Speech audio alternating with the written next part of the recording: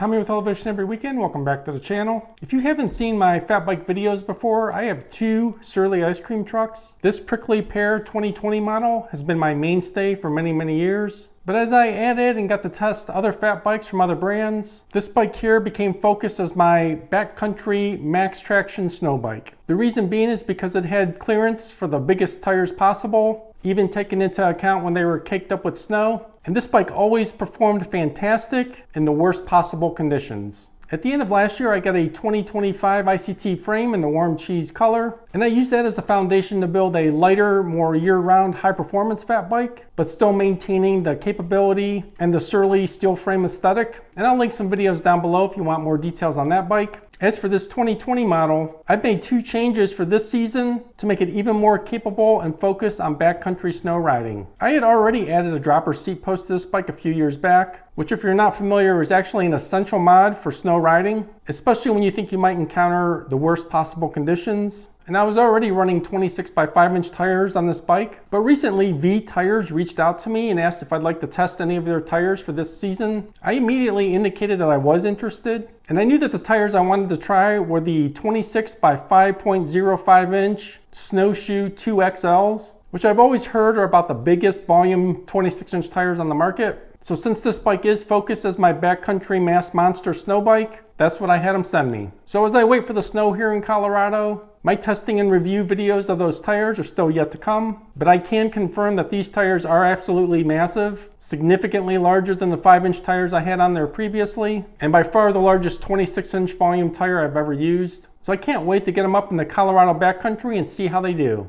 That is whenever the snow arrives, and I think we're finally going to start getting some, because as of mid-November it was in the 70s and I was still out riding my mountain bike and there was no snow on the big mountains. The other snow focused change I made for this year on the 2020 ICT is I added a set of bar mitts. I've never really felt the need to use these, at least in the riding I do here in Colorado. Using a really good set of gloves has always been good enough for me to keep my hands warm while out riding. However, last winter, for some reason, I had a few rides where my fingers got painfully cold in conditions I wouldn't have expected any issues in based on my prior experience. So I figured for this year I would go ahead and add some bar mitts and see if it'll help out. Because when I do venture up into the mountains, I don't want my rides to be cut short due to cold and discomfort. So that's really it for this short video. Those are the two major changes for the bike this year. I did want to add, V Tires did give me a discount code. Fat bike tires are really expensive these days, just like everything else. So if you use the link in the pinned comment or the description down below, you can save 15% on anything you order from V. And once the snow flies, I'm going to get this bike up in the mountains, and I'll really start to thoroughly test the tires and the bar mitts and let you know what I think. So if you have any questions or comments, leave those in the comments section down below. And if you're a fan of the Surly ICT and want to show it some love, drop a like down below. It really does help out the channel.